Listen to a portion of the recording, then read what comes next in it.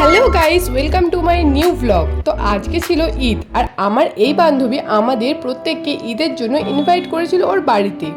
তো আর কি, আজকে প্রথমে আমরা টিউশনে গিয়েছিলাম। টিউশন থেকে বেরিয়ে এখানে একটা মিষ্টির দোকানে আমরা কিছু মিষ্টি কিনেছিলাম আর একটা ডার্ক ফ্যান্টাসি কিনেছিলাম।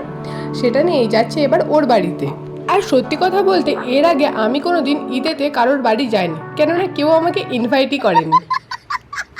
আমরা প্রথমে একটা টোটোতে উঠে সেখান থেকে চলে যাচ্ছিলাম বান্ধবীর বাড়ি। এখানে আমরা একটু ভিডিও করছিলাম আর একটু আমরা হাসি মজা করছিলাম, কেননা আমরা খুব এক্সাইটেড ছিলাম। আমরা কোনোদিন যাইনি কারোর বাড়িতে ঈদে, তো সেই কারণে। আর আমরা এখানে প্রকৃতি দেখতে দেখতে যাচ্ছিলাম। আসলে আমরা এর আগে কোনোদিন ওই বান্ধবীর বাড়িতে তো যাইনি, তো সেই কারণে আমরা টোটো থেকে নেমে কিছুক্ষণ হাঁটছিলাম। তারপর ওকে কল করতে ও আসলো, আমাদের নিয়ে গেল ওর বাড়িতে।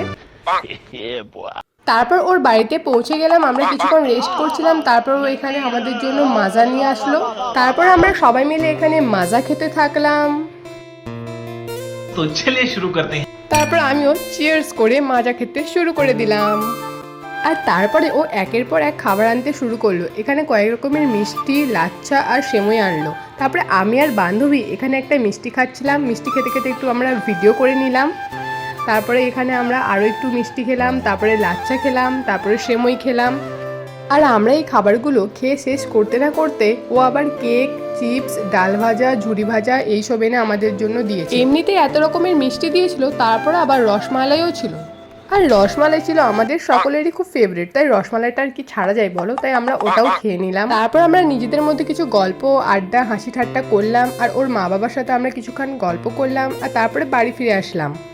বাড়ি আসবার পথে বান্ধবী আমাদের কিছুটা এগিয়ে দিতে এসেছিল।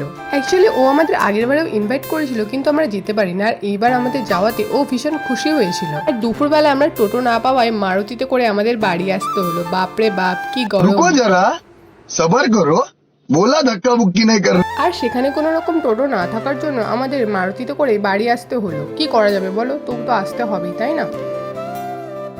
আর এইটুকু সময়ের মধ্যে আমাদের হাসি ঠাট্টা, গল্প আর কত রকম স্মৃতি তৈরি হলো। আর এটা ছিল আমাদের কলেজের ফাইনাল ইয়ার।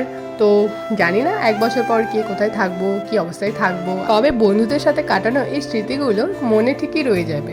তো গাইস, আজকের ভিডিওটা এই পর্যন্ত। ভালো লাগলে লাইক, শেয়ার এবং সাবস্ক্রাইব করে দিও। বাই।